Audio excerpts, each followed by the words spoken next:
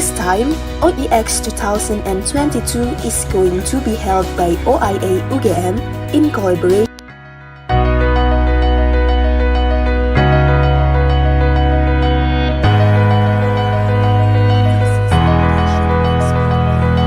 Overseas Education Expo or OEX is an annual virtual fair held by the Office of International Affairs Universitas Gadjah Mada.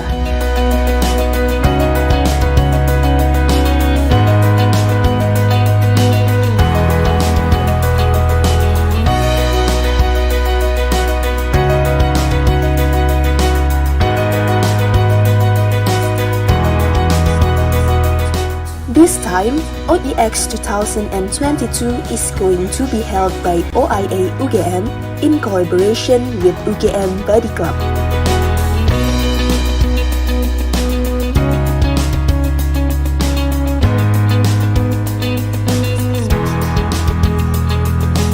This exposition will invite numerous UGM international partner universities to share information about their respective academic programs, such as exchange programs, scholarship opportunities, and other means to join their universities.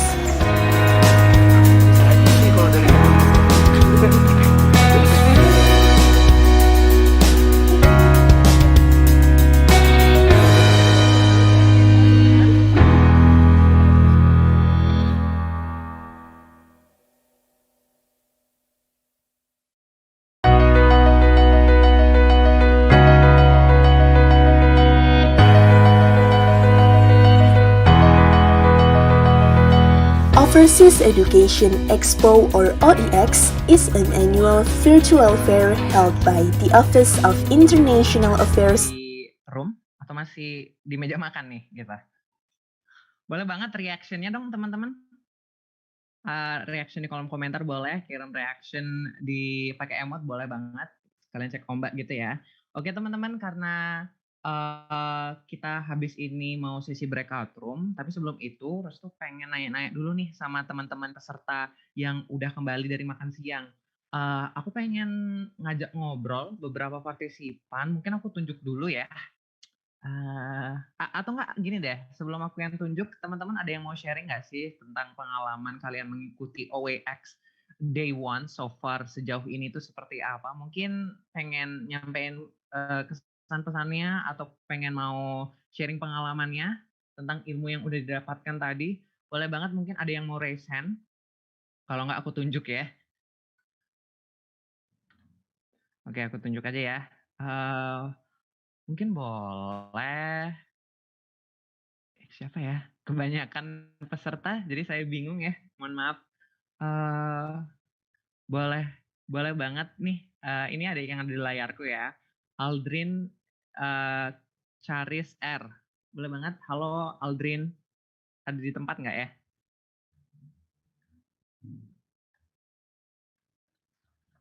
Halo Aldrin. Oke, sepertinya belum di tempat ya. Mungkin aku ke sampingnya aja. Halo Kak Irfan Mutakin. Ada di tempat nggak ya? Halo Kak Irfan.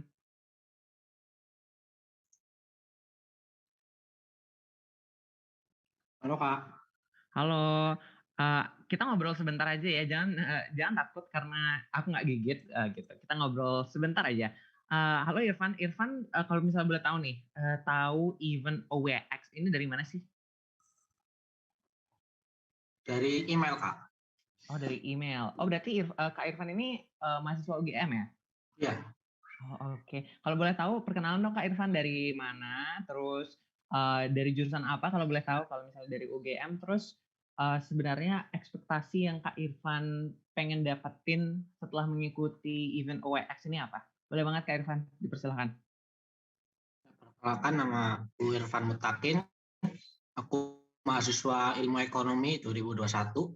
Terus ekspektasiku sih kayak nambah ilmu insight tentang studi abroad gitu Kak. Dan selama jalannya acara tadi, menurutku cukup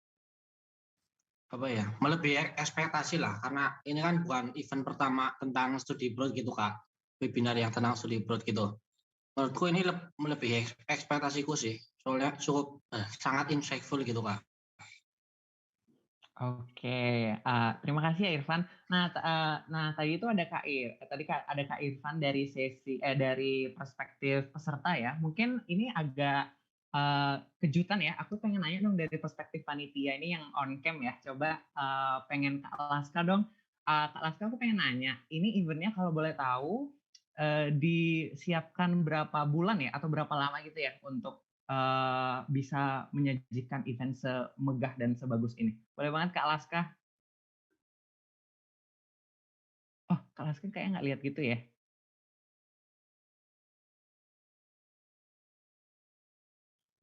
Oke, kayaknya tidak tidak ada jawaban ya dari Kak Laska. Halo Kak Laska, bisa mendengar nggak ya?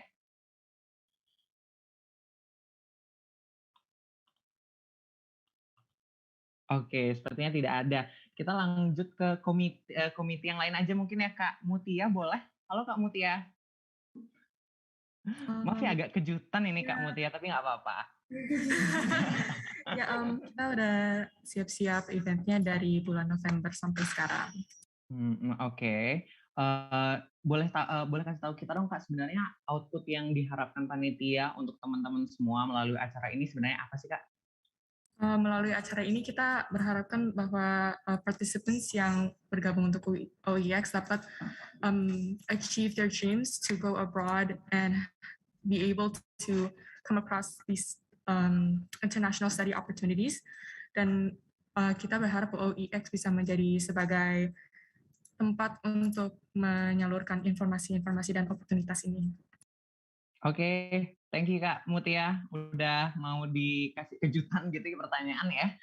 Teman-teman terima kasih udah tadi ada Kak Irfan dan Kak Mutia. Oke teman-teman, itu dia tadi sedikit intermezzo ya, kita bincang singkat gitu bareng peserta dan panitia. Selanjutnya nih teman-teman, karena kita udah bergabung bersama di room ini, teman-teman bakal masuk ke sesi breakout room. Nah, pada sesi breakout room di hari pertama OEX ini, kita sudah kedatangan dan sudah kehadiran beberapa partner university, teman-teman. Di antaranya, yang pertama itu ada University of Queensland, Australia, Kyushu University, Jepang, Chiba University, Jepang, University Teknologi Petronas, Malaysia, University Tun Hussein on Malaysia, Chubu University, Jepang, Osaka University, Japan, and last but not least, Taipei Medical University dari Taiwan. Keren banget nggak sih? Kayak banyak banget dari berbagai region juga. Tapi teman-teman, sebelum kita benar-benar masuk ke sesi breakout room bersama partner university, Restu mau ngasih tahu nih beberapa teknis serta peraturan tentang sesi breakout room pada UEX hari pertama ini. Jadi yang pertama teman-teman, bakal ada 2 breakout room yang akan diisi oleh beberapa partner university yang sudah hadir pada hari ini. Di dalam breakout room tersebut, partner university itu bakal sharing mengenai program, scholarship opportunity, and also exchange opportunity, dan tak lupa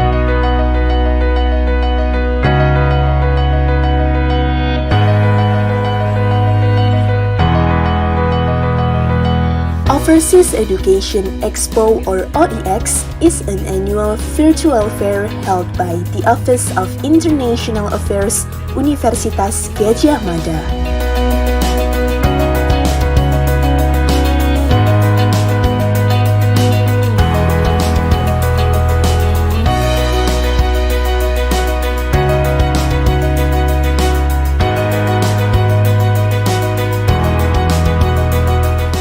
This time, OEX 2022 is going to be held by OIA UGM in collaboration with UGM Body Club.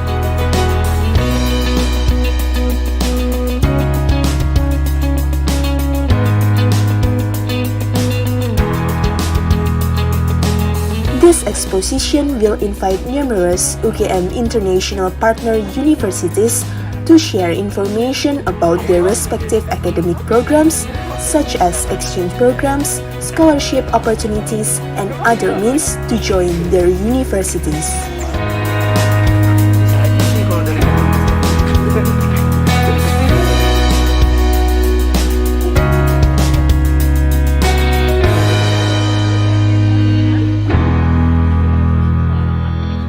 Breakout Room Session Overseas Education Expo Day 1. Dipersilakan teman-teman dan panitia.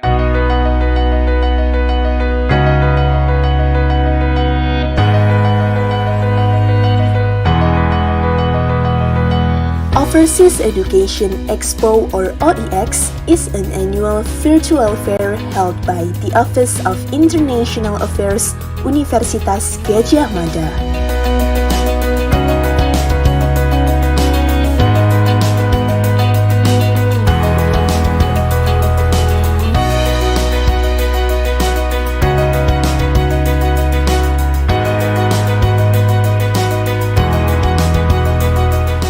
This time, OEX 2022 is going to be held by OIA UGM in collaboration with UGM Body Club.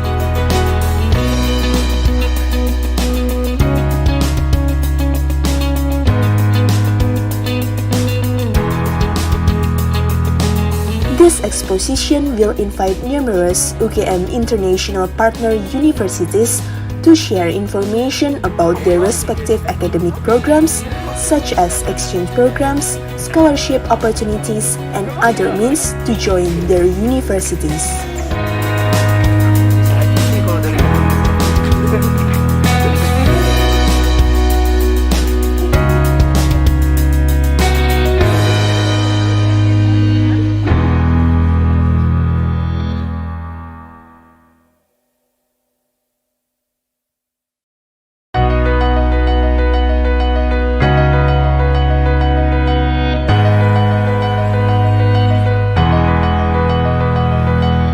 Overseas Education Expo or OEX is an annual virtual fair held by the Office of International Affairs Universitas Gadjah Mada. Before we begin, I would like to inform both the speakers and the participants about the technicalities regarding this breakout room session. First, the speaker will have a 27-minute session that can be used for presentation, question and answers, and other activities, with an extra 3 minutes for a closing statement. Second, the speakers are allowed to share their own screen or ask a committee member to help them with sharing the screen. Third, participants should always turn off their microphone during the presentation time.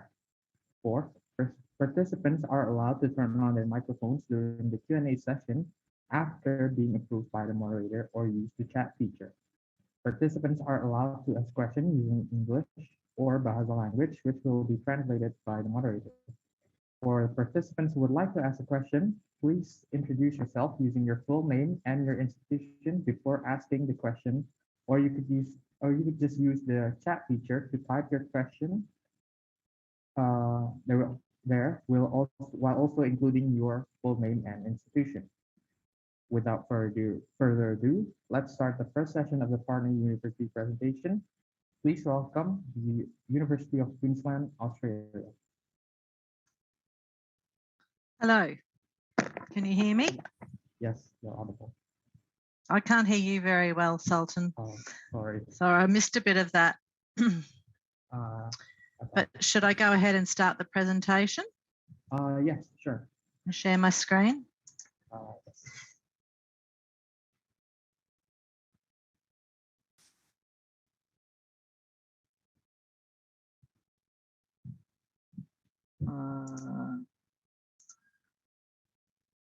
Just to remind you, you'll have time until 13:47. 1:47. Okay.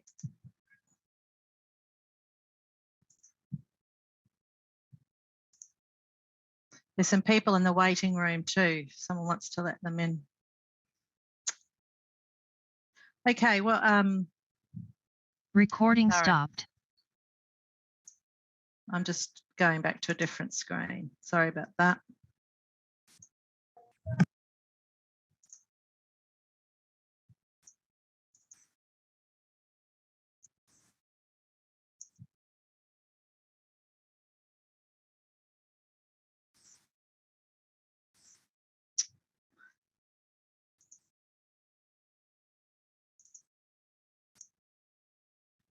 Sorry, I'm having issues now. Just a moment, bear with me.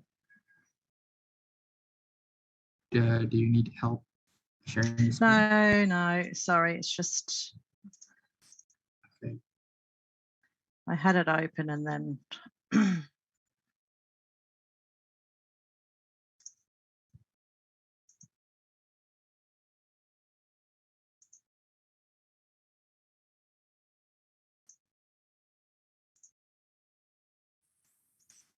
So are you able to see my presentation? No, not yet. Oh, sorry about this. I had it all ready to go and then it's.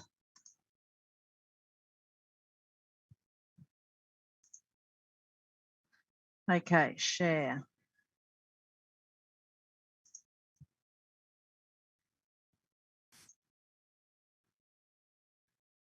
Can you see it now? Yes. Okay, great. So, except I can't see it. Okay, I'm just going to quickly start by saying hello, I'm Karen Fisher and I'm the Incoming Exchange Advisor for UQ, and just going to share some information and insights into life at UQ. So I'm just going to play a short. We can't hear the sound.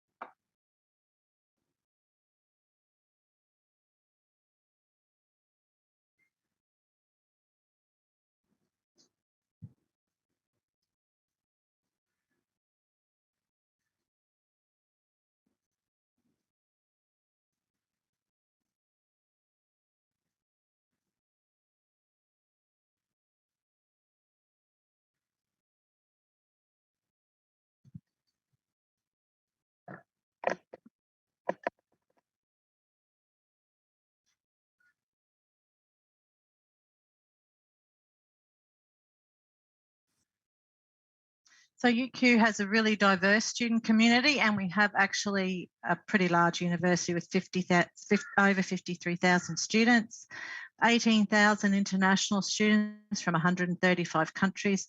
And we usually have, not currently, but we usually have each semester about 570 study abroad and exchange students from 21 countries.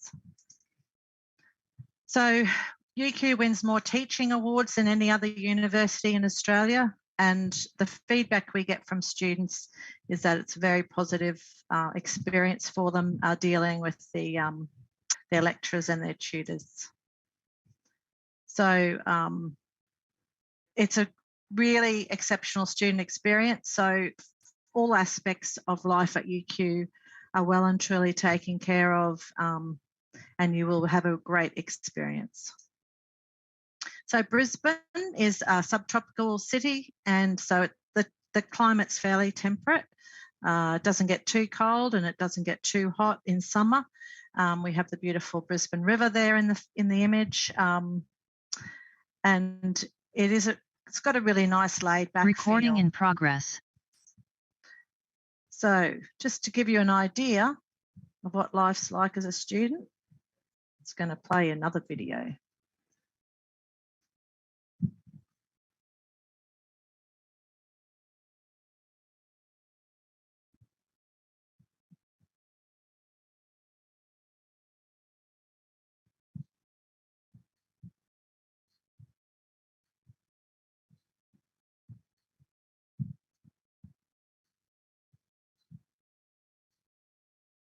That's UQ.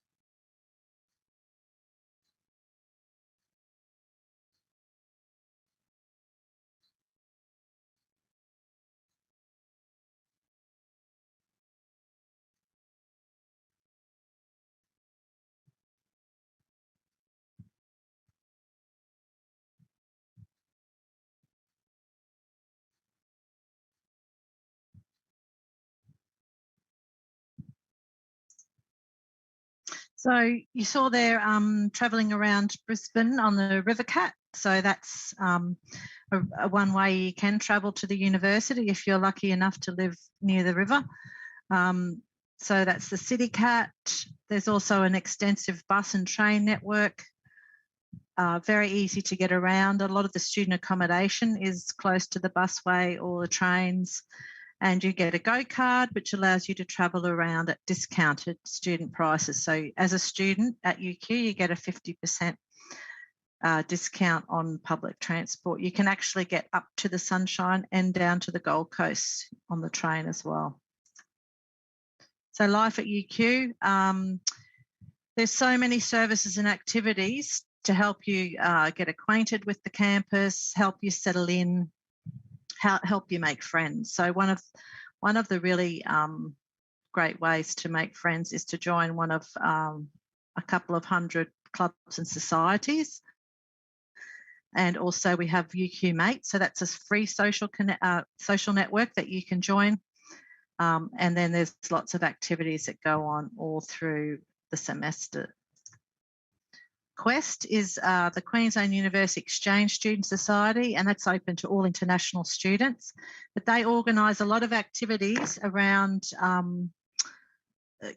getting to know what life's like in Australia, and they organise a lot of really fun things for you to do with other students. And it's not just for exchange students, as I said, it's for all international students, but there's a mixture of Aussie students that have gone out on exchange, as well as exchange students that have come to UQ and other international students. So just if you want to hear from the students themselves about what UQ's like, I'll just quickly play this.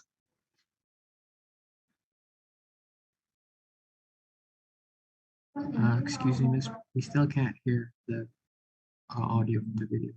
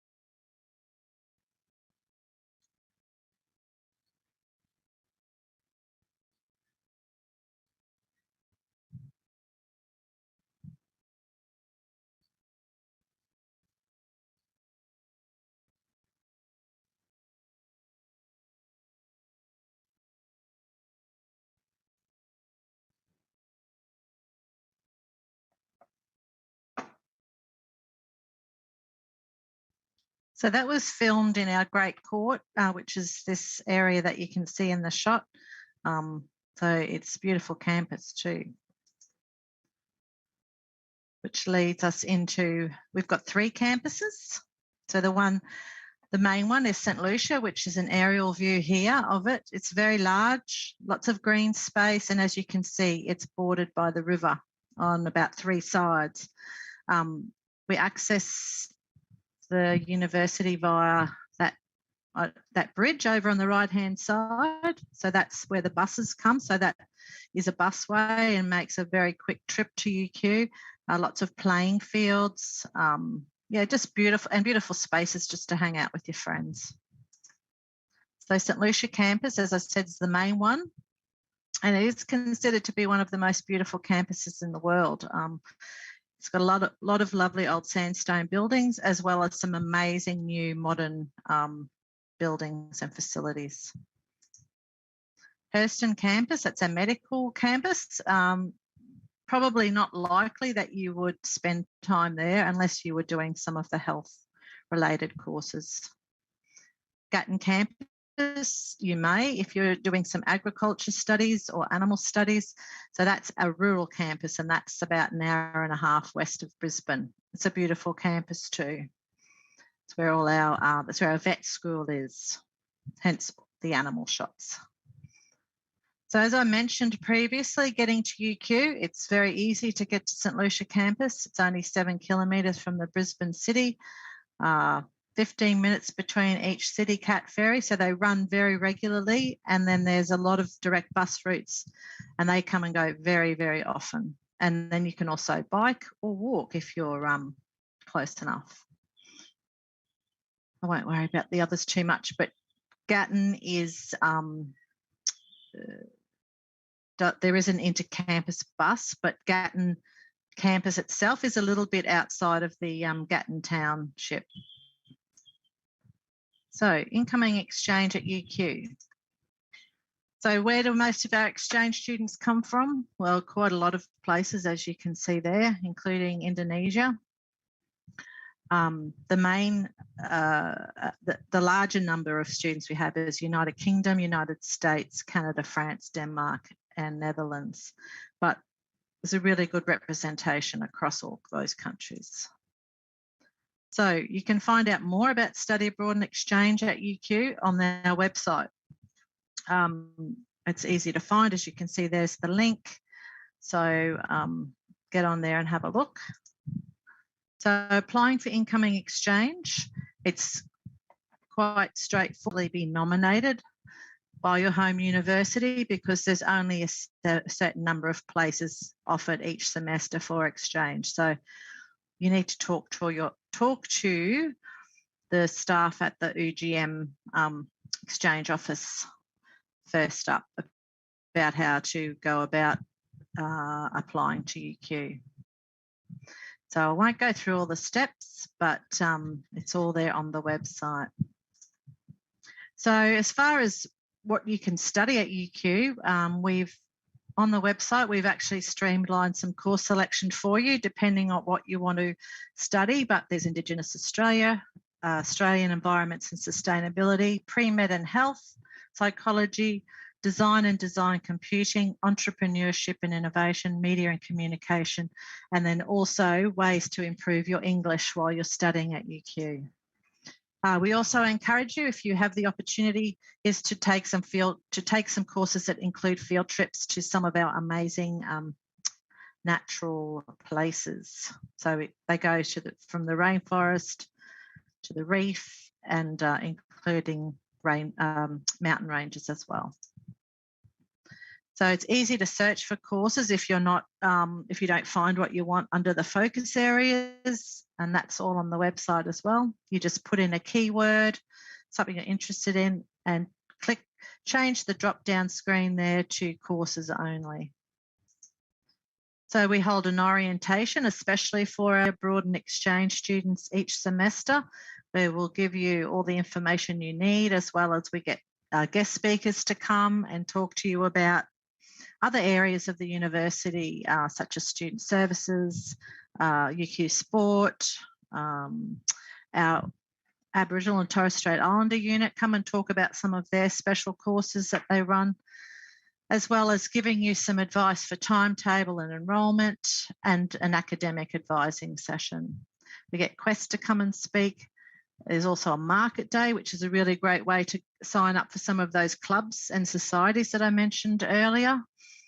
And then there's lots of activities on campus for you to make use of. So the arrival lounge is for if you've just arrived, it's a really great place to go and get some help and just to meet people, and a welcome hub.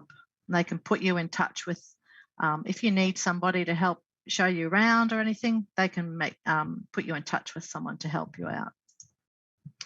So we also hold a global mixer at the beginning of the semester, which we will be hopefully starting again next semester. We haven't had the opportunity to do that. As you know, exchange has been cancelled for the last few semesters, but we're hoping to change all that next semester.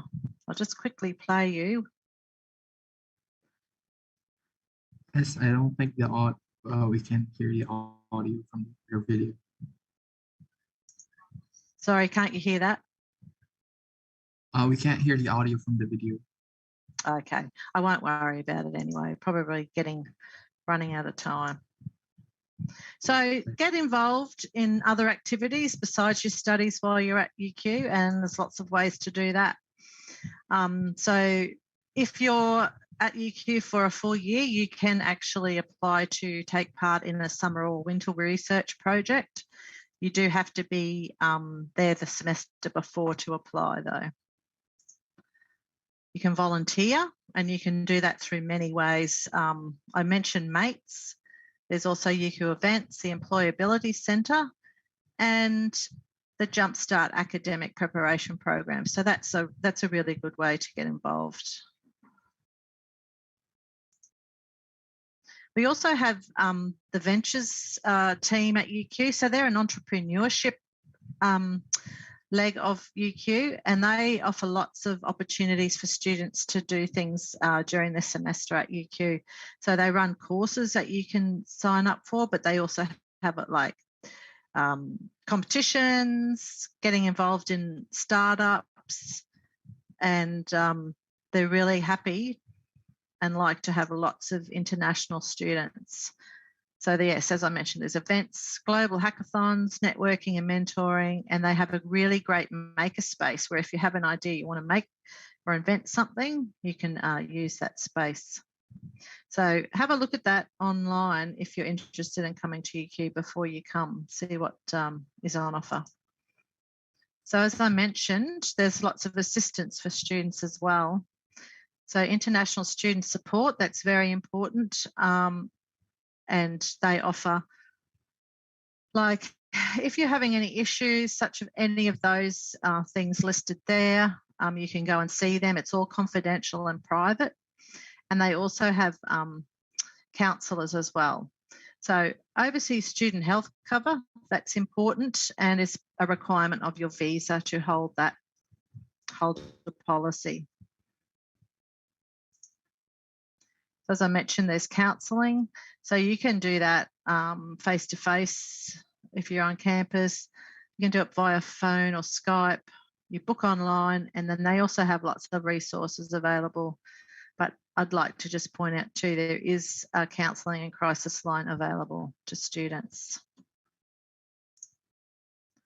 So there's also diversity, disability and inclusion services. So if you're currently gaining any support at UGM for a disability, you may be able to transfer any special special assistance while you're at UQ, but you need to get in touch with them before you come. So there's also learning development assistance, so learning workshops, peer mentoring, assignment writing, all those things. And you can have an appointment with a learning advisor if you're really not sure if you're heading in the right direction with your study, and they'll give you some really good tips and assistance to help you get back on track.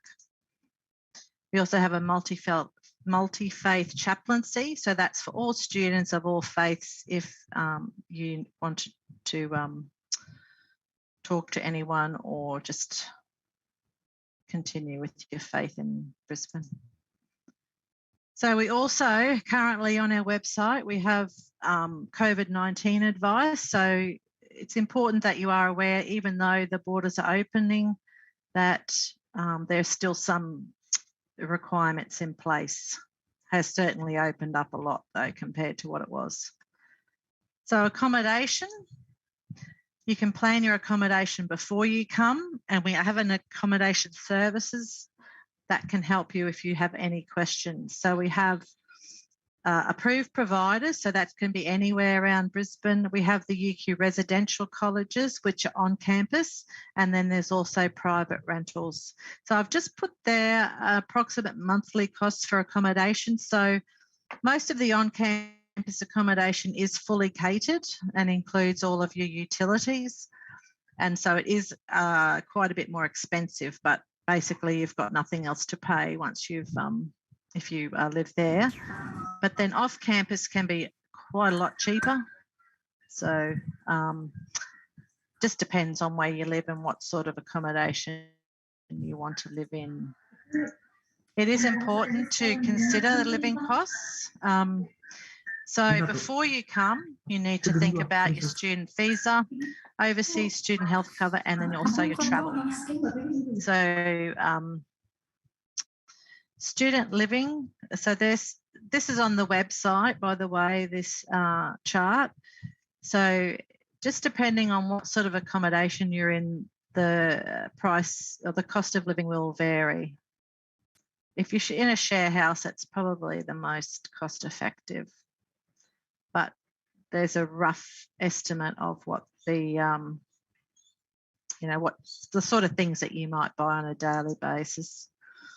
So I mentioned approved providers. So they're things like Urban Nest, Scape, and they have, they're geared up just for students. So only students live in them. So some of the areas are shared, like the kitchens and the living areas, but then you'll have your own room with your own bathroom. And there it mentions utilities, so that's actually included in your rent. So then on-campus living is the residential colleges, which there's 10. And then we also have a brand new building, which is owned by the university, called UQ Res, and they've named it Kev Carmody House after a prominent ex-student. And that's only just opened. It's very popular. It's full up, but similar type of student accommodation where you share kitchens, you have your own bathroom and bed, but that's not self-catered, that one. So you can actually pre-book your accommodation, so it's guaranteed, so that you don't have to worry about looking for accommodation once you arrive. It might just give you some peace of mind. But then if you wanted to look around, then, you can wait till you get here. So we offer also included and complimentary to students is airport pickup. So you just need to book that with all your flight details, etc., before you arrive. And then there's a lot of ways you can connect. So we're on Facebook, LinkedIn, Instagram, Twitter, but get onto the website and have a look there if you have any more, if you need any more information. So I'll just stop sharing. Oh, does it stop sharing? Yeah, you're still sharing, but it's your desktop screen. Okay, just a moment. I can't. I agree. It's okay. Yeah. Thank you for the insightful presentation. Now, for those of you who are curious and have questions, you can simply use the raise hand feature and wait for me to call your name, so you can unmute your mic and introduce yourself. Please introduce yourself using your full name and your institution before you ask the question, or you could just use the chat feature to type the question there while also including your full name and institution. You may use Bahasa if you're not confident yet. Are there any questions?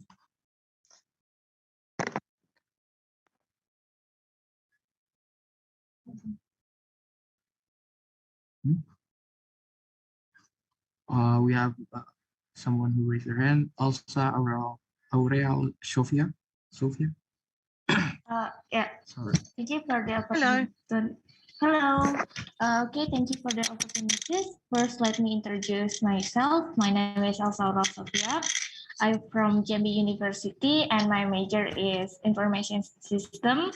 And my question is there any scholarship in University of Queensland? And I also want to ask you about, in your presentation slide, I saw we can consult with a professional about our study in many ways, especially like Skype or face-to-face. And my question is, how is the procedure if we want to contact from Skype? And is this the consultation only for students who are already registered in Queensland, or it also can be unregistered student who want to do some research for their future plan study in UK? Yeah. Thank you. Okay. So I think the slide you're referring to is actually talking about counsellors, as in they're personal counsellor. So if you're having any issues, it's not so much about academic advice. So if you need academic advice or you're not sure about what sort of courses you want to take, the first stop would be to send, this is if you've been selected for exchange, would be to send your email to us in the exchange office. Because really, until you're sort of onshore or enrolled, it's very difficult for the professors to give you the advice. So we need all your documentation. We need to know what you're currently studying. But just send me an email if you're not sure or you're wondering about whether to choose UQ. Just send me an email and I'll have a look and see what I can do. If I need to get advice from one of the faculties or the professors at the faculties, I can do that. Sorry, I can't remember what the first bit of your question was. Do you want to just repeat that? Can you repeat the first part of the question also? Yes, sir. I get it. Thank you, Miss. Oh, okay. Sorry, I thought you had two. I thought there was two bits to your question. Due to time constraints, we'll be only answering one more question from the chat feature. Hello, I'm Gladivia, and I want to ask, does UQ require IELTS or TOEFL? Yes, we do. So it's IELTS and TOEFL. It's usually the IBT. I think at the moment we are taking the. No, actually, I'll have to check on that. But yes, so it's TOEFL, IBT, and IELTS. I think we still have one more time for Farah. Thank you. Hi, My Farah. name is Farah Del Putri. I'm from Jambi University as well. I wanted to ask, since I'm currently doing pre-med at my university, Yes. if I were to go to UQ, would I be accepted into St. Lucia or would I have to stay at Hurston? Thank you. Well, it would depend on the courses you're taking. If you're taking health-related courses, then some of them might be at Hurston, but I think probably in most cases they'd be at St. Lucia. I see. Thank you so much. If you can email me and I can tell you, or you can actually see that on the course. If you look up the courses on the website, you can actually see what campus they're actually held on. Right. Thank you so much. That's okay. Great. Due to time constraints, we're sorry, but we can only answer 3 questions because we need to move on to the next university. Before we move on, we would like the speaker to give a 3-minute closing statement. Sorry? Before we move on to the next university, we would like to ask you to give a closing statement. Oh, okay. Well, I'd just like to say that UQ is very excited, and particularly myself and my colleague Julie, that we will be welcoming students back to campus in semester 2. Face-to-face is the way it's heading at the moment, so fingers crossed that nothing terrible happens between now and then. So we really have missed students so much. So this current semester, we have a few study abroad students. And I'd like to mention too that if you aren't able to get a place as an exchange student to UQ, we do offer study abroad if you're able to fund your own studies. That is an option, but you would have to talk to UGM about that as to whether that's allowed with your studies. It might depend on what you're studying too, whether you can actually take a semester away. But UQ has, I think, everything that you really would be looking for in an overseas experience, with the campus, the location, the student experience that's available to you, and also just the support that you need. So thank you very much for listening, and I really appreciate that, and I hope everybody's well and things are okay over there. Thanks again. Great. If there are any more questions, you might send an email directly to the Queensland University. But we would like to thank the speaker for their time and information, and we hope that our universities can keep in touch for more events in the future. Yeah. Thank you. Thank you. Now, without further ado, I'd like to welcome the second session of the partner university session, Chiba University, Japan. Yes, hello everyone. Hello. Can you put the audio a little bit higher?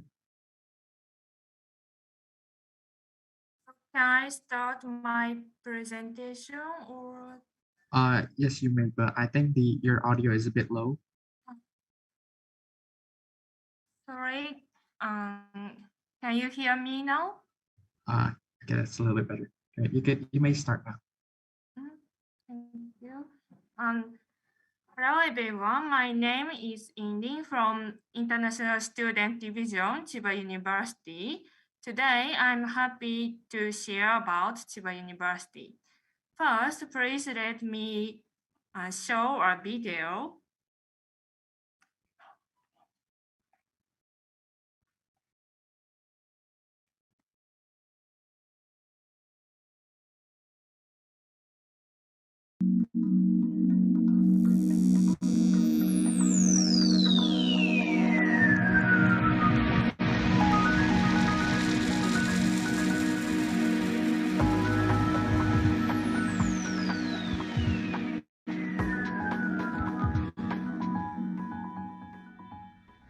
Hello everyone, konnichiwa.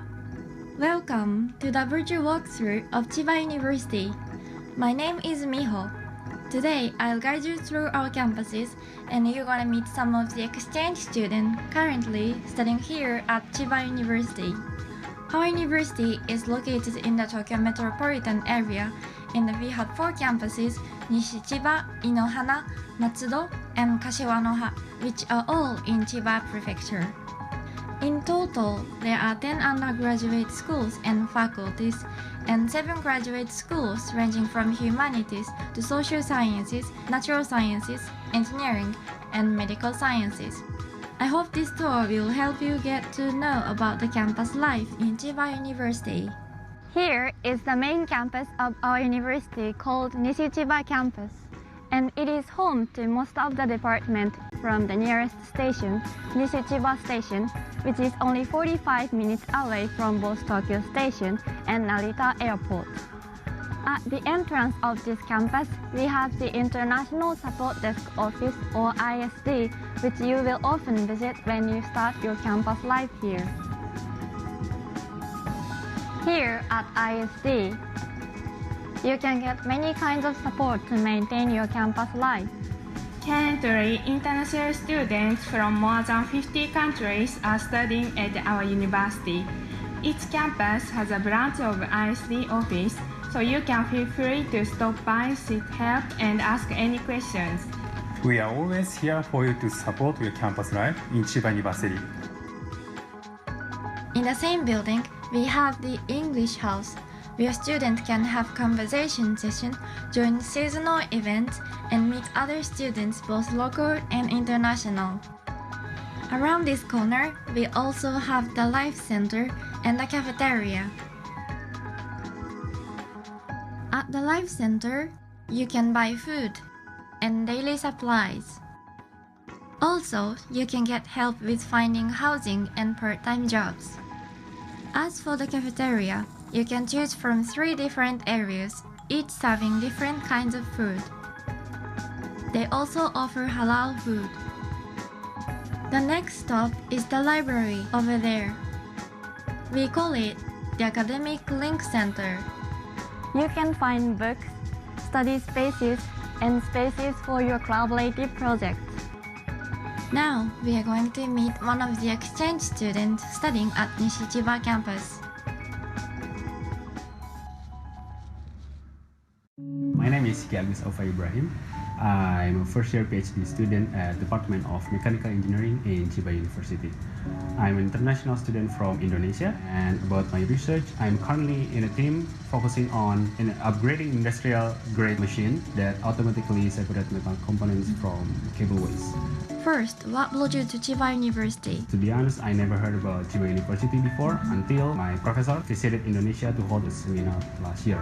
Attended his seminar and had a chance to do an interview with him to discuss about my intention to apply for PhD under his supervision.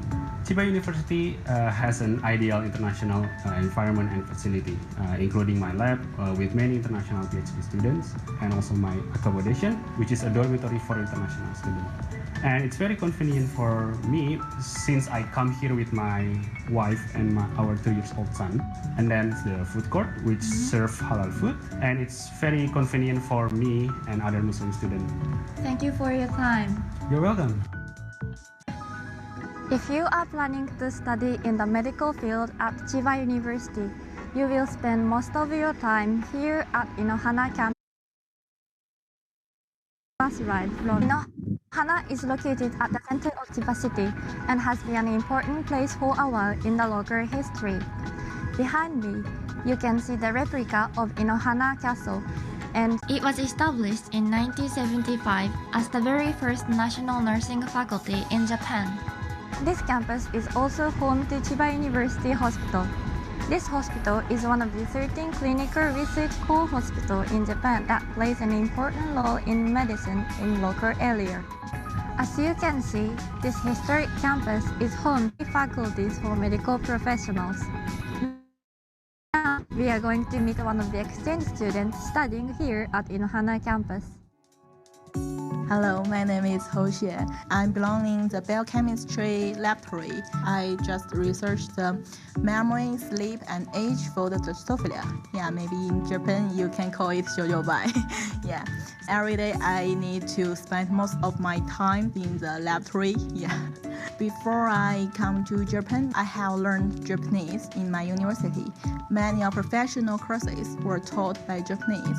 So when I graduation from my university, and I still want to study more, so I just want to go abroad to study. Yeah. So my first choice is come to Japan. Thank you for your time. Okay, thank you very much. If you are planning to study horticulture and landscape design at Chiba University, you will spend a lot of time on Matsudo campus and Kashiwanoha campus. Both of these campuses are located in the western part of Chiba Prefecture, very close to Tokyo. To each campuses, it takes 1.5 hours from Nishichiba by train. The Faculty of Horticulture and Graduate Schools of Horticulture at Chiba University are the only faculties and school of its kind in Japan. The different departments investigate solutions for global issues such as plant and food production, environment, and human health. You can also study landscape design. Here is the French-style garden created more than 100 years ago by a popular horticulturist of the time with his students. There's an English-style garden as well. At the back of this campus, there's an experimental farm field for researchers to conduct a variety of experiments. Some other facilities are located on another campus in Kashiwanoha. Students, including exchange students, may visit here for research and training purposes. And now we are going to meet one of the exchange students studying at Matsudo and Kashiwanoha campus. My name is Junfei Zhuang. I'm a PhD student majoring in horticultural science in the Graduate School of Horticulture. My main research object is tomato plant. By adjusting the light, temperature, and other environmental factors, I can control the growth of tomatoes. In my opinion, to study at Chiba University is a wise choice. The students can trust the academic research and the teaching level and finally reach the life goals. So, welcome to Chiba University. Okay, thank you for your time. You're welcome. Well, did you enjoy the tour? As you have seen, Chiba University is both historic and forward-thinking university, which has a wide range of academic focuses for both educational and research purposes. We look forward to seeing you here at Chiba University. See you soon and take care. ありがとうございました。またお会いしましょう。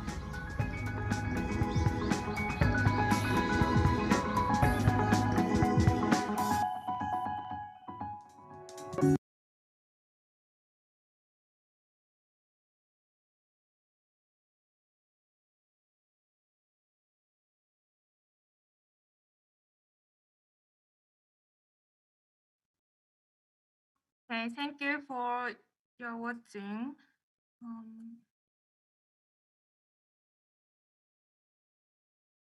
Let me share my PowerPoint.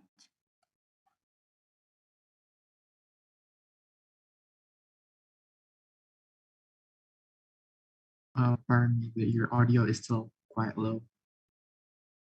Sorry.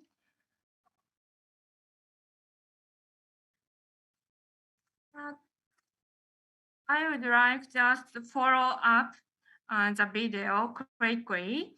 Chiba University is a national university established in 1949. We have 4 campuses in Chiba Prefecture, Nishichiba, Inohana, Matsudo, and Kashiwanoha. Also, in 2021, we opened one more campus in Sumida Ward of Tokyo, which have the most highest tower in Japan.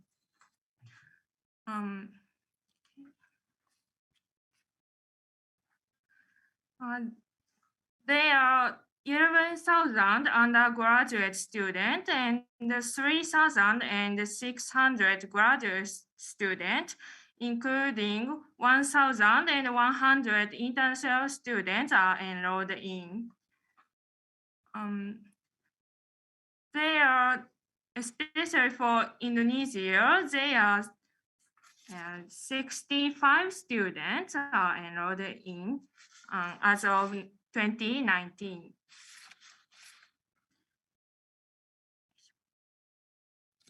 Next, let me share about the JPAC, Japan program at Chiba, that is the student exchange program of Chiba University.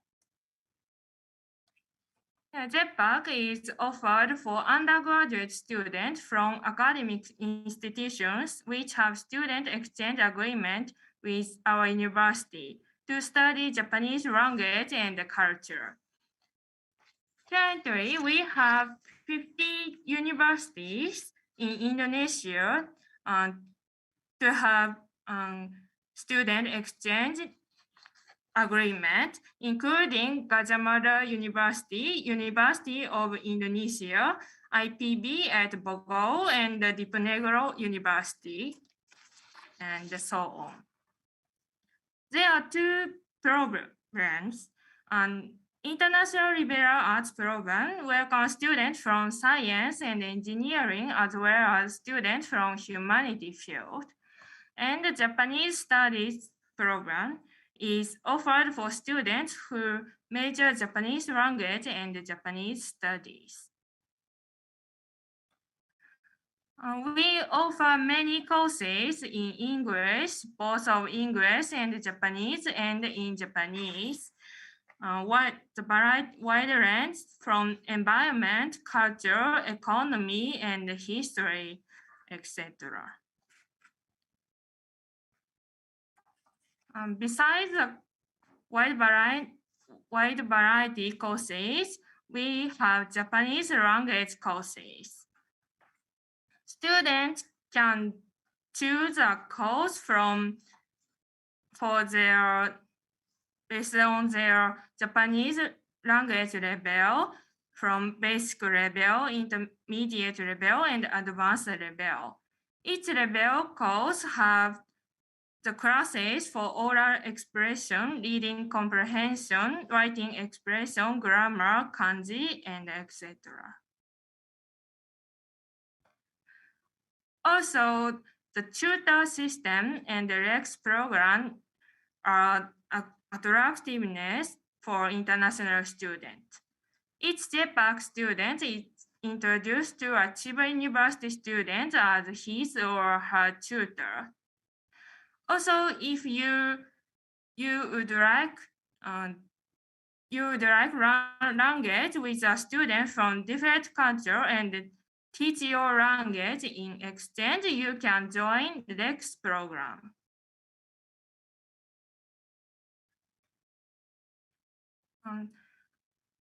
Besides the courses, we offer many Japanese culture experience programs, such as kimono, shoro, and field trip at a shrine, Japanese traditional shrine or temples. You know, Chiba Prefecture have one of the most famous Disneyland, Tokyo Disneyland, and many attractive places. International house. We have an international house from one train stop away from our main campus, Nishiba campus. Single room includes bed, desk, mini kitchen, shower, and toilet. The monthly rent is 19,000 Japanese yen. Exchange students can choose their study period from this list: a full year from October to the next August, fall semester only from October to the next February, and the spring semester only from April to August. The language requirement is below. So 1 or 2 is required. First, sufficient level of English, such as CEFA B2 or over, plus Japanese language learning experience at least for 50 hours, or sufficient level of Japanese JLPT N2 or over. This is a link for our website and the contact address. Please feel free to contact us. Yes, thank you for listening. If you have any question, please let us know. Yes, if any of you have any question or curious about something, you can simply raise your hand. Raise your hand feature and wait for me to call your names. Okay, we have one question from Agnes Rosiana. Yes, thank you very much for the opportunity to ask. So I want to ask you something. Is there a veterinary medicine major in Chiba University? Veterinary medicine is Juigaku.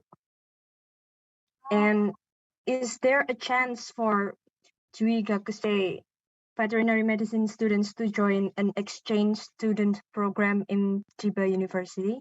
And thank you.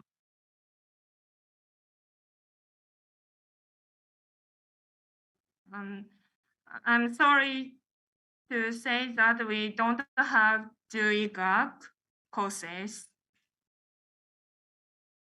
Oh, okay. Thank you. We have a second question from the chat feature from Renata Alexandra. Is there any orientation day for new international students to know about the campus? Thank you.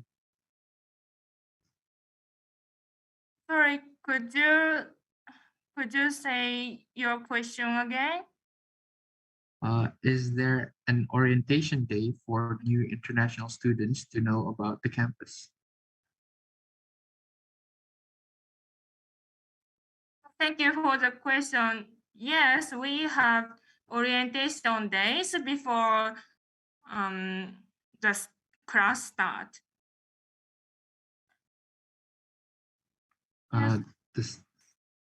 Does the answer in the orientation, we offer the information for course registration and our campus facilities and so on. Does the answer suffice, Renata? Sorry? I was asking Renata, does the answer suffice? Or do you have any more questions related to the question, Renata?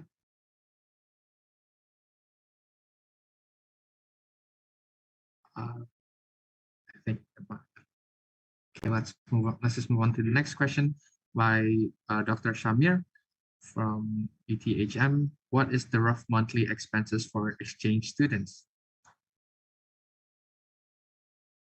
Yeah, I think almost 80,000 yen, Japanese yen, is cost for exchange student for 1 month.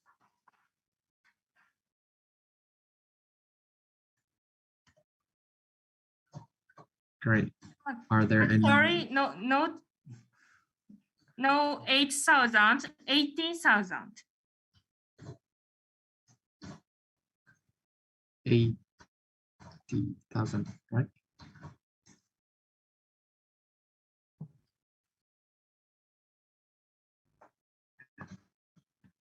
Okay.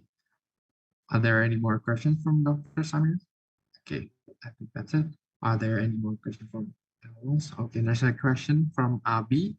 As a student, where can we stay at while studying in Chiba-Uni? Is there any nearby dorm? Our dormitory is out of campus for 1 train away from our main campus. So exchange students can stay at the off-campus dormitory. I see. Is there any dormitory inside the campus? No. Oh, okay. Does the answer suffice, Abi? Or is there any related question? Yes. I think we still have time for a few more questions. Is there anyone else who would like to raise their hand or just put their questions on the chat feature?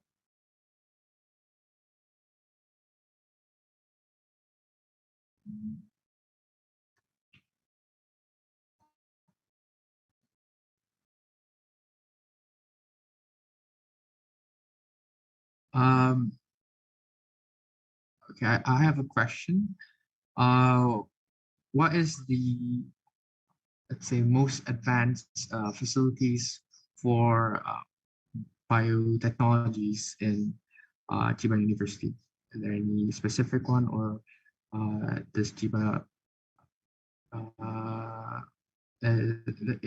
have any specific path towards biotechnology?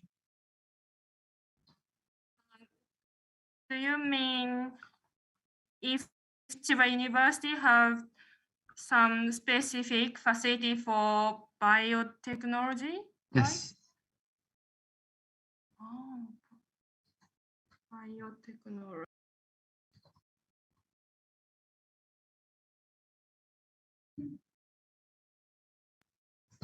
Yes, we have biotechnology course in the Faculty of Science.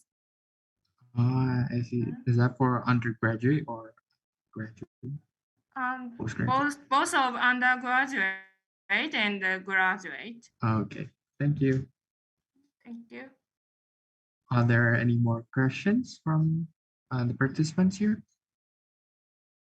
Okay, we have another question from Elsa.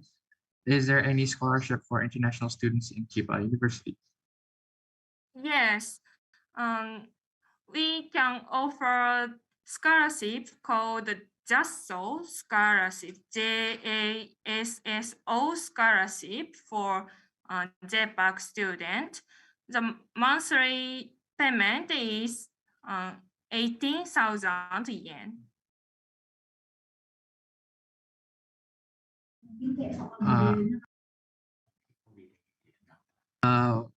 Does the answer suffice, Elsa, or is there any more questions relating to the question?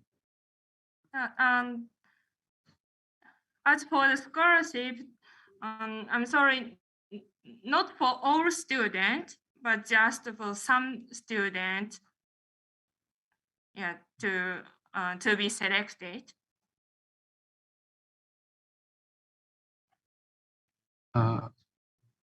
Elsa asks again, how can we apply for it? Yeah, please text text the please fill in the application form of JPAC. Okay. Okay, I think there's does the answer suffice, Elsa? Before we move on to the last question.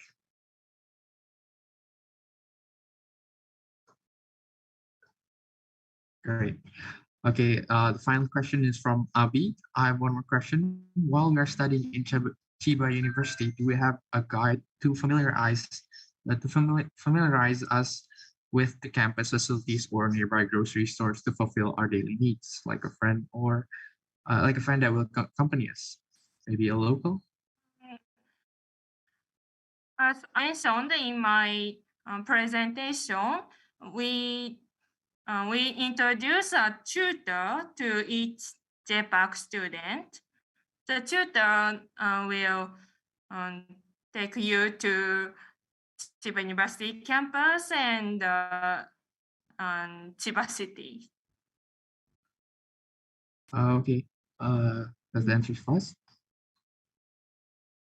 Okay, I think we have time for one more question from Raudatul. Excuse me if I may ask, is there anything we need to be really aware of as an... There's no problem. Okay, great. Due to time constraints, we are sorry, but we can only answer that much question. Because we need to move on to the next university. Before we move on, we would like the speaker to give a closing statement until 1:50 of Jakarta time, please. Yes, thank you. Chiba University is a historical and forward-thinking university. We are welcome international students. So thank you for your time today, and we look forward to seeing you at Chiba University in the future. Thank you again. Great. We would like to thank the speakers for their time and information, and we hope that our universities can keep in touch for more events in the future. Okay, let's just move on into the next session. Without further ado, I would like to welcome the third session speaker, Partner University, University Tun Hussein on Malaysia from Malaysia. All right, thank you, MC. Hello, everyone. Assalamualaikum. My name is Dr. Shahmi Sanusi. I am from UTHM. I hope you guys can hear me clearly. Can you guys hear me? Yes, you're audible. All right, okay. So allow me to share a video about our university.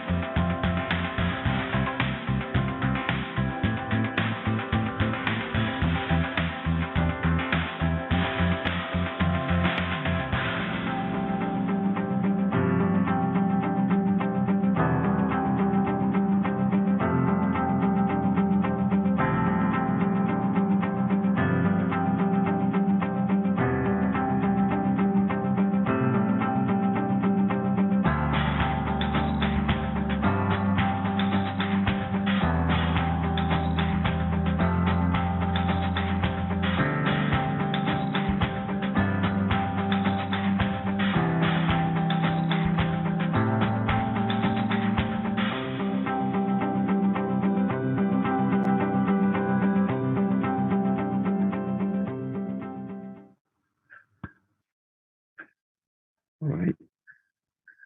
So let me begin with my presentation. So our university name is called UTHM, stands for University Tun Husainan Malaysia. We are more focusing on engineering, science, and also technology. So our university has been rated as a 5-star institution by QS, and we are ranked number 247 in the QS University Ranking Asia. So as I mentioned before, we are focusing on science and technology. We are the first and only university in Malaysia that offer locomotive engineering degree in the country. And we are the only public university in Malaysia with flight training academy and our own private airport for education purpose. So basically, what I can summarize in terms of aviation, we are the only university in Southeast Asia that offers a degree, pilot license, and also a degree with aircraft maintenance license. These are our niche area of UTHM, since our focus is more on transportation. So where are we located? We are actually located in southern part of Malaysia. Okay, so it is in Johor. So Johor is nearer to Singapore. Singapore is right here. We are about 1 hour from Singapore. And from Jakarta, if you fly from Jakarta to Kuala Lumpur, it takes you about 2 hours journey. And then from Kuala Lumpur to our university is about 2 hours and a half by bus. So some bits of interesting places here is we have the Legoland, which is located in Johor. It's about 1 hour from our university. And we are also near to the famous national park, which is what we call as Taman Negara. And the rest are places of interest. As I mentioned, Singapore is about 1 hour and a half drive. Johor Bahru, Malacca, historical Malacca is about 150 kilometers. Kuala Lumpur is about 265 kilometers. So in UTHM, we have 8 faculties and 1 center for diploma studies. So basically for our engineering faculties, we have Faculty of Mechanical, we have Faculty of Civil, and Faculty of Electrical. We also have Faculty of Technical and Vocational Education, Technology Management and Business, Computer Science and IT, Engineering Technology, and Faculty of Applied Sciences and Technology. So in the past 5 years, most of the students from UGM, the exchange students, they come to visit the Faculty of Applied Science and Technology, which is located in our campus in Pago, and Faculty of Computer Science and IT, which is located in Parit Raja, which is the main campus. So in terms of facilities, what do we have? We have Olympic-sized swimming pool, indoor sport complex, hockey stadium, football, athletic track, and we have the largest library in Southeast Asia. These are the convocation hall. So at the moment, we are having our convocation ceremony, which started actually today. And these are the walls as been shown in the video. From top, you can see an iconic shape of moon and crescent. And we have a lot of or multiple dormitories or residential college, and it's actually free for all exchange students. If you have MOU, and UGM is one of our partners, so any student coming from UGM for exchange program can stay in our hostel free of charge. So these are some of the facilities that we have, such as bank, health centers, exam halls, and so on. In terms of international relations, we have at the moment 162 active agreement with 28 countries, mostly Indonesia. And we have a wide international community since we have around 1,125 full-time students from 54 different countries. And the top 5 student nationalities are from Yemen, Indonesia, UAE, Pakistan, and Somalia.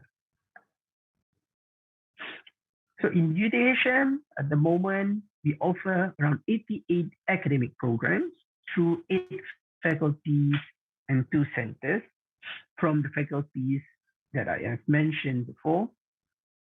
And these are some of the tuition fees, but this doesn't apply for exchange students. So now I will focus on exchange program. So this is our data for 2019. Why I show you 2019 is because that is the last time that we received physical students. Because when it reached 2020, all the borders are closed, so we cannot receive exchange students physically.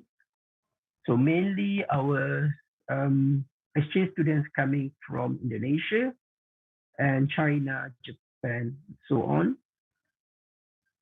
So in terms of our mobility programs for students, it can be divided into 4, which is summer course program, which is in between 1 to 4 weeks, industrial training program, where you go for your internship or industrial training at the local industry here.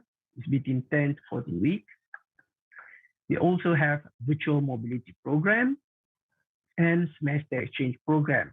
This semester exchange is actually more on physical one, which is between 1 to 2 semesters. And virtual mobility is an exchange program that we conduct virtually. This was introduced in 2020. So what is a virtual mobility program? I think it's not new for you guys. Maybe some of you have participated in virtual mobility programs before. It's actually 100% online, whereby all your lectures, assessment, tests, finals, and everything is being conducted online. Since it's being conducted online, there will be no cost involved because you don't need to purchase tickets, you don't need to pay for your expenses, and so on. And no traveling are required.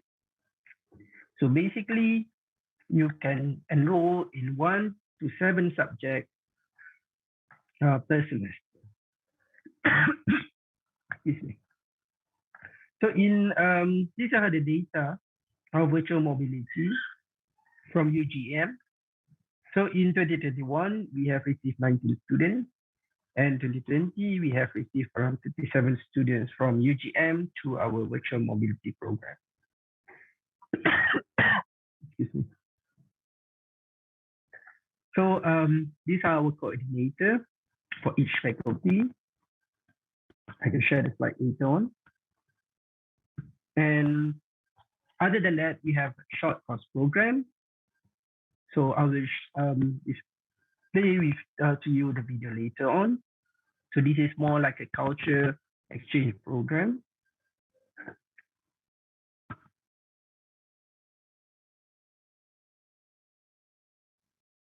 Excuse me.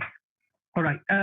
Next, we're moving on to industrial training mobility program. So as I mentioned, it's between 8 to 14 weeks. So in here, I share images of our previous experience.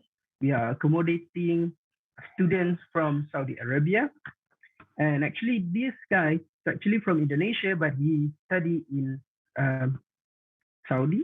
And he came to our university to perform his industrial training in our local companies here in Malaysia under us.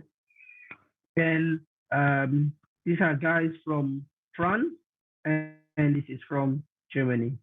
So all of them come to UTHM to perform their internship through us.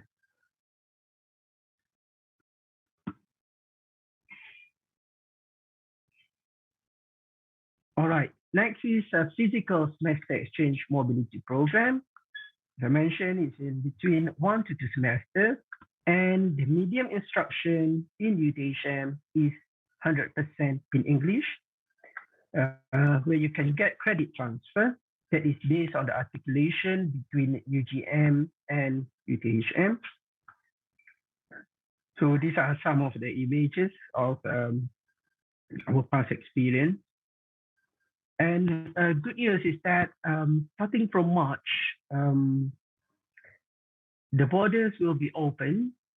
So students from UGM can come to UTHM to perform physical mobility program. So we will still conducting the virtual mobility program, but for students who wish or who wants to come to UTHM physically, you are welcome to do so. These are some of the procedures for international mobility. All of this information is actually uploaded in our website. So that's all from me. Before we move to the Q&A session, allow me to play a video about our summer program.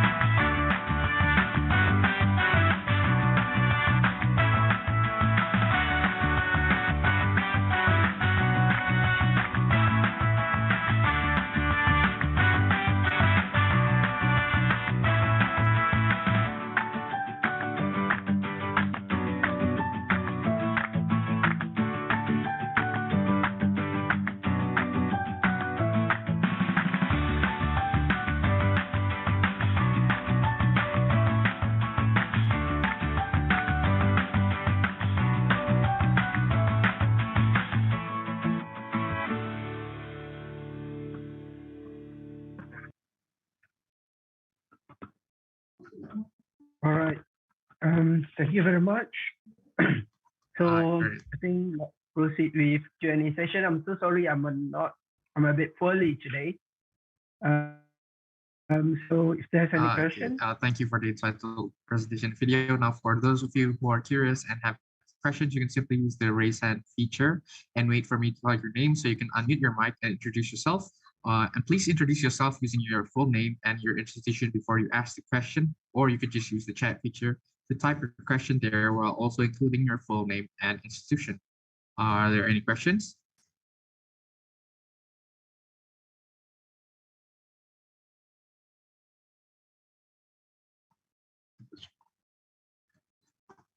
There's a question from Putri Aziza. Putri from UGM. I want to ask, is it still possible for us to attend the face-to-face class in Malaysia in this era, or do all the programs are only available in online program? All right, thank you very much for the question. So starting from next semester, we are conducting a face-to-face program in UTHM. And some of the courses will be conducted online, and some of the courses will be conducted face-to-face, especially when it involves practical, hands-on, labs, and so on. So to answer your question, Putri, yes, it is possible for you to attend face-to-face class in Malaysia, but it depends on the institution. Like for UTHM, as I mentioned, starting from next semester, there are some courses that will be conducted face-to-face. Hope that answers the question. There's a follow-up question. What about the summer program then? Will it be conducted offline or online? So at the moment, as I mentioned, the borders are open. The borders will start to open on March, but that is for semester exchange program only. For summer program at the moment, we still haven't received any information whether the immigration will allow travelers to come. So we are more focusing on face-to-face summer exchange program. And we don't conduct online summer program at the moment. Hope that answered the question. Oh, sir, there isn't any online summer program? Not at the moment. I see. Does that answer your question, Putri Aziza?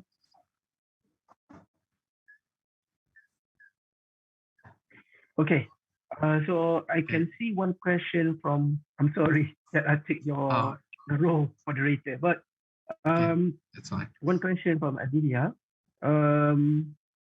So if you're interested to perform internship under the biology, so you can contact our faculty's coordinator through email, or you can send it directly to me, your application, and I will help to disseminate this info to the right person. So I'll share you my email address. So just write me an email and I will forward it to the right department.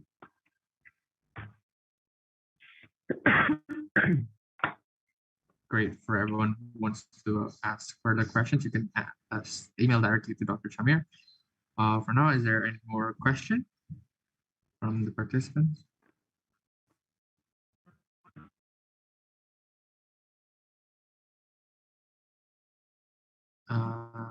Anyone who might want to raise their hands?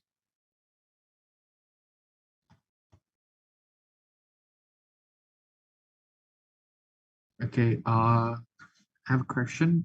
I might have missed it, but you, although you have summer program, do you have winter courses too, or?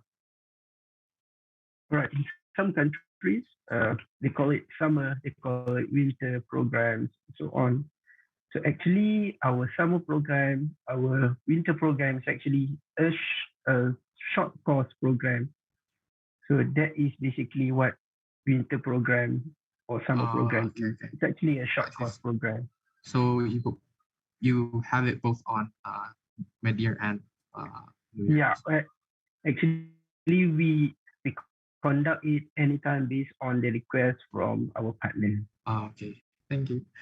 We have another question from All right. Renata Alexander. Does So as university provide percentage for international students? Thank you. Okay, thank you for the question. So as I mentioned in my presentation, we have actually we have 9 residential college, and it's all free for our exchange students, especially from UGM, since we have MOU. So yes, we have in-house campus. We have in-house dormitory in our campus, and it's free for UGM students.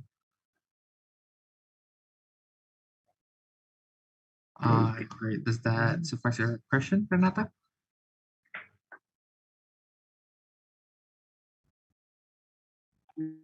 Okay. Thank you. Okay, there's another question from Putri Aziza. I have another question. While we take the summer program, where do we stay? Okay, so basically the participants of the summer program will stay in our dormitory in the campus itself. Oh, so I saw in the video that the participants were traveling to like some places that seem quite far. Do they still stay that every day of the summer program, or is there like times where they would stay outside the dorm? So if you can see that in the video, there are places that we go, which is in KL, it's about 3 hours. So it can be a day trip. But for that case, because we are visiting a lot of places, so we actually spend 1 night in Cyberjaya, which is in a hotel that we stay in Cyberjaya in near Kuala Lumpur. Okay. Thank you. Are there any more questions? Or does Teresa have any other question?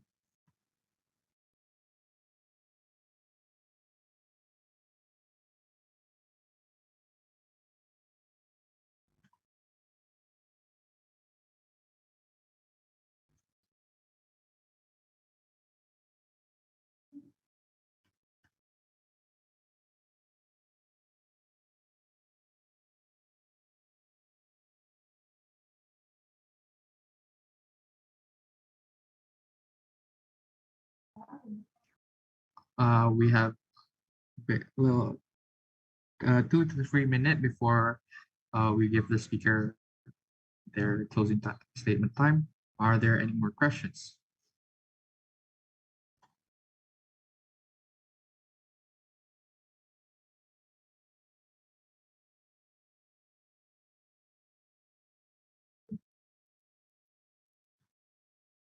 Okay, I think there's no more question. Maybe I'll give the remaining of the time for Dr. Shamir to give a closing statement before we move on to the next university. All right, thank you very much. So first of all, thank you very much to UGM for giving us UTHM the opportunity to promote ourselves. And as I mentioned, since the borders are going to open soon, so we would like to welcome all students from UGM to come to UTHM and experience the life in Malaysia physically and enjoy our facilities, as it's all free for you guys. So hope to see you in the next upcoming semester. That's all. Thank you. Thank you very much for the thank you for the time and information. We hope that our universities can keep in touch for more events in the future. I'd like to also remind everyone here that if you have any other questions, you could just send an email to Dr. Samir in the chat box or straight to the UDH. Great. Without further ado, let's move on to the next the next partner university session. Please welcome Osaka University from Japan. Thank you, Mas Sultan. My name is Clement, and I'm an associate professor at Osaka University. I'm actually an Indonesian. Selamat siang semuanya. Siang. If you're comfortable with bahasa, you can also speak in bahasa. It's fine. Boleh. Sebentar ya, saya share dulu. Bisa lihat slide saya ya, Mas Sultan.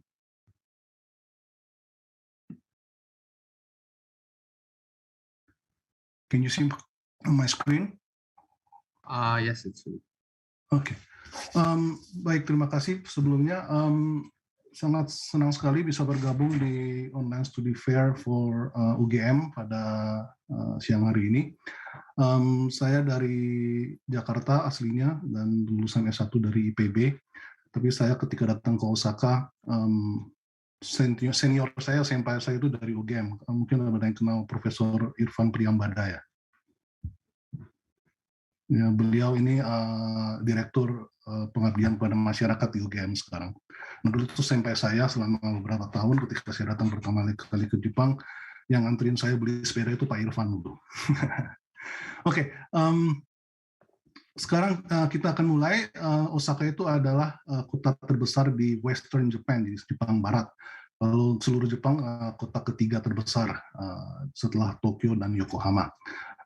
Osaka berada di daerah barat Jepang seperti saya bilang tadi dan terletak dekat dengan kota budaya Jepang yaitu Kyoto dan Nara, dan juga dekat dengan Kobe yang dikenal dengan kota fashion di Jepang ya. Osaka University memiliki akar atau roots dari dua sekolah di zaman Edo, yaitu Kaitokudo dan Tekijuku. Pada tahun 1931 dibentuk Osaka Imperial University. Nah, waktu itu pemerintah pusat Jepang tidak ingin membentuk Imperial University baru di Osaka karena sudah ada satu universitas besar di Kyoto University yaitu waktu itu. Tapi masyarakat Osaka dan juga perusahaan-perusahaan di Osaka mendesak pemerintah untuk membentuk suatu universitas baru di Osaka dan mereka akhirnya menyerah pada tuntutan umum gitu. Setelah Perang Dunia Kedua tahun 1949, Osaka Imperial University diganti namanya menjadi Osaka University dan namanya tetap melekat sampai sekarang. Tahun 2007 kita bergabung dengan Osaka University of Foreign Studies atau dikenal juga dengan Osaka Gaidai, dan ini membuat kita menjadi satu universitas unik di Jepang, satu-satunya universitas nasional yang memiliki School of Foreign Studies yang menawarkan program dalam bahasa asing dalam 25 bahasa, termasuk bahasa Jepang. Tahun lalu kita merayakan ulang tahun kita yang ke-90 dan tahun 2031 kita akan menyambut ulang tahun kita yang 100. Di Osaka kita punya 3 kampus. Yang pertama di Toyonaka, di mana anak-anak tingkat 1 ya, atau tingkat persiapan bersama kalau di Indonesia, itu belajar di sini. Terus Suita itu banyak tempat fasilitas penelitian. Dan juga Mino kampus yang baru sekali selesai dibangun, baru tahun lalu selesai dibangun. Dan ini tempatnya tidak terlalu besar tapi sangat modern dan ini membanyakan mahasiswa untuk sekolah bahasa di sini. Sebagai salah satu universitas yang sangat meningkatkan pada riset, kita juga menyediakan pendidikan dan kesempatan untuk melakukan penelitian di banyak tempat di banyak fasilitas di kampus kita. Ada 11 fakultas, 16 graduate school, 25 research institute, center dan facilities, ada 4 perpustakaan, 2 rumah sakit, 1 rumah sakit umum, 1 lagi rumah sakit gigi, ya, dan 4 pusat luar negeri. Kita punya 1 di ASEAN, itu di Bangkok. Kita punya sekitar 23.000 mahasiswa secara total, dan dengan jumlah sebanyak 15.000 mahasiswa S1, Osaka adalah universitas nasional atau universitas negeri terbesar, memiliki student body terbesar di Jepang. Sebagai perbandingan, UGM punya sekitar 55.000 student, jadi kita sekitar setengah ukurannya UGM. Ada sekitar 2.600 international student dari berbagai negara, dan kebanyakan dari Asia. Dari Indonesia ada sekitar 130 orang. Jadi Indonesia adalah negara ketiga terbanyak populasi studinya di Osaka University, setelah China dan South Korea. Oke, ada 11, saya bilang tadi ada 11 fakultas dan 16 graduate school ya. Jadi banyak ilmu-ilmu yang di cover di fakultas dan graduate school kita di sini. Baik, saya akan sedikit menjelaskan tentang beberapa strategic research area yang banyak dikedepankan oleh Osaka University. Yang pertama adalah immunology and infectious diseases. Sebagai universitas yang memiliki akar dari bagian kedokteran juga ya, kita punya pengalaman banyak dan cukup terdepan di dunia untuk dalam bidang imunologi. IFRAC, suatu center untuk Immunology Frontier Research Center, ya, dibangun pada tahun 2007 dan sekarang adalah salah satu institusi terbesar di Osaka University dengan status World Premier Institute of Osaka University. Kemudian ada juga RIMD atau Research Institute for Microbial Diseases yang didirikan cukup sudah lama sekali pada tahun 1934, jadi 3 tahun setelah Osaka Imperial University didirikan. Dan ini telah menghasilkan banyak sekali vaksin. Ya. Kalau kalian ingat 2 hari yang lalu lihat Google, ada Google Doodle itu menampilkan Dr. Takahashi. Dr. Takahashi adalah salah satu direktur dari RIMD dan karir riset beliau itu semuanya di Osaka University. Kemudian ada juga CIDER, ini center baru, saya juga punya satu slide mengenai ini nanti akan saya jelaskan, yang dibangun dengan dana dari Nippon Foundation. Ini kita juga mengedepankan ilmu dalam bidang translational dan reverse translational medicine dalam 3 center di sini, FRIPAT, MTR, University Hospital, dan Bidang berikutnya adalah symbiotic intelligence dengan center SISREC atau Symbiotic Intelligence System Research Center, di mana para peneliti di center ini adalah ahli-ahli di dalam bidang AI, robotics, neuroscience, dan human robot interaction. Kalau kalian pernah dengar Profesor Hiroshi Ishiguro, beliau adalah direktur dari SISREC dan terkenal sebagai father of humanoids. Dan last but not least adalah Quantum Information Science and Quantum Biology, di mana para ahli yang merupakan expert dalam mengembangkan algoritma untuk quantum computing ada di sini, dan juga berbagai peneliti dalam bidang biologi dan kimia yang menggunakan Quantum Information Science untuk memecahkan berbagai masalah di biologi dan kimia juga. Right. Sebagai universitas yang sangat dekat dengan industri, kita telah menciptakan sebuah skema untuk partnership dengan industri secara komprehensif, dan 3 contohnya ditunjukkan di sini. 2 dalam bidang imunologi dengan Chugai Pharmaceutical dan Otsuka Pharmaceutical, dan 1 di bidang information technology dengan Daikin. Kita juga telah belum lama ini menerima grant skala besar dari Nippon Foundation sebesar 23 miliar yen ya. Jadi kalau dikurskan ke rupiah sekitar 2,3 triliun rupiah untuk jangka waktu 10 tahun. Dan April tahun lalu didirikan sebuah center yang namanya CIDER yang setelah saya jelaskan sebelumnya. Dan ketuanya CIDER atau direktur CIDER adalah Profesor Matsura.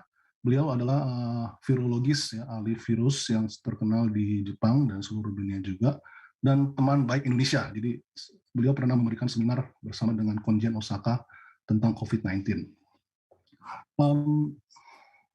Baik, oke. So ASEAN atau Southeast Asia adalah bagian atau dari dunia yang sangat penting bagi Osaka University, dan kita telah mendirikan 4 kampus di ASEAN dengan cara bekerjasama dengan partner-partner universitas kami. Di Vietnam, di Thailand, di Indonesia ada di ITB, dan juga ada di Brunei satu. Untuk belajar di sini, kebanyakan hampir semua mahasiswanya belajar dalam bahasa Jepang, tapi untuk mahasiswa asing yang ingin belajar dalam bahasa Inggris ada beberapa pilihan di sini. Dan untuk program S1 ada 2 program dalam bahasa Inggris. Yang satu Human Sciences, ini 100% Inggris. Yang kedua International Undergraduate Program in Science. Ini belajar tentang kimia, matematika, dan fisika. Ini bukan program 100% Inggris, tapi hybrid ya. Yang pertama 1,5 tahun di Inggris, berikutnya dalam bahasa Jepang. Kemudian untuk program pascasarjana S2, S3, kita punya lebih banyak program, ada 13 program, 12 science engineering, dan 1 program dalam ilmu ekonomi. Untuk program exchange atau pertukaran, ada beberapa program, saya akan jelaskan lebih lanjut nanti. Untuk yang penghadirin atau peserta yang sekarang masih di bangku SMA ya, dan ingin untuk masuk ke Osaka University untuk belajar S1, ada beberapa jalur yang kita buka. Yang pertama, yang paling kiri, bisa lihat di sini, adalah jalur membuka gakusho atau Japanese government. Jadi ini harus direkomendasi oleh embassy, oleh kedutaan kedubes Jepang di Jakarta. Kalau Anda bukan penerima beasiswa Mushu, berarti Anda dikategorikan sebagai privately funded international students. Privately funded bukan berarti Anda harus bayar sendiri semuanya, bisa jadi Anda memperoleh beasiswa dari Indonesia atau dari Panasonic atau dari perusahaan-perusahaan lain atau dari Bank Dunia atau sumber-sumber beasiswa lainnya. Ada beberapa jalur. Yang pertama jalur standar melalui harus ambil ujian AJU, punya TOEFL, dan harus aplikasi melalui paper. Dan Anda harus datang ke Osaka University buat ambil ujian. Ya. Jalur kedua adalah jalur khusus untuk para aplikan yang tinggal di luar negeri, di luar Jepang. Jadi semua dilakukan secara online dan interview juga bisa dilakukan secara online. Kalau sebelum COVID kita biasanya datang ke Indonesia atau ke negara-negara asal aplikan dan untuk menginterview mereka secara langsung. Tapi sekarang biasanya dilakukan secara online. Kalau Anda ingin masuk ke program bahasa Inggris, maka Anda harus mengikuti proses tertentu yang secara khusus ditentukan oleh Human Sciences. Kalau untuk bachelor degree juga sama, ada jalurnya secara khusus. Untuk program S2 dan S3, Anda bisa lihat di sini beberapa pilihannya. Seperti saya bilang tadi ada 13 program. Ada 1 program baru yang baru dimulai tahun ini dalam bidang ekonomi yang terakhir ya, Sustainable Economy Program. Saya sendiri lulusan Bioteknologi Global Human Resources, jadi S2, S3 saya di sini. Dan setelah saya dapat S3, saya bekerja sebagai asisten profesor, terus kemudian saya pernah kerja juga di industri dan kembali kemarin tahun 2017. Oke, berikutnya adalah double degree program. Kita punya beberapa double degree program dengan partner-partner universitas kita. Indonesia kita punya program dengan ITB. Nah, saya pengen menggelitik UGM nih, gimana mau bikin double degree program, kalau mau hubungi saya gitu ya. Oke, kita lanjutkan dengan program pertukaran. Yang pertama adalah Frontier Lab. Jadi Frontier Lab ini adalah program di mana pesertanya itu ditempatkan di sebuah lab atau beberapa lab di Osaka University. Untuk exchange program dengan UGM, karena kita punya perjanjian exchange mahasiswa ya, biasanya seperti tadi dijelaskan juga, Anda tidak perlu membayar uang sekolah di Osaka lagi gitu, Anda tinggal perlu membayar uang hidup saja gitu. Requirements-nya adalah sebagai berikut. Anda harus bisa bahasa Inggris atau bahasa Jepang, dan tinggal di sini selama 3-12 bulan. Kemudian ada Maple, di mana ini adalah program untuk belajar bahasa Jepang buat Anda yang baru tingkat beginner atau intermediate gitu ya. Dan ini program jangka panjang selama setahun. Ada juga OSEP. OSEP adalah program pertukaran standar kita. Setahu saya ada beberapa juga dari UGM yang masuk ke OSEP. Saya juga tahu ada beberapa masuk Frontier Lab juga ya. Dan ini cukup lama, 1 semester sampai 1 tahun. Ada lagi iExpo, dan ini untuk Anda yang fasih bahasa Jepang. Jadi requirement untuk bahasa Jepang saya tinggi, JLPT N1 atau N2. Gitu. Nah, kalau Anda masuk ke iExpo, Anda bisa masuk atau belajar di berbagai semua kelas, semua kelas untuk Anda open. Kelas-kelas dalam bahasa Jepang juga, jadi Anda bisa belajar bersama mahasiswa Jepang. Selain yang 4 tadi di atas, kita juga punya Japanese short stay in session program. Oke.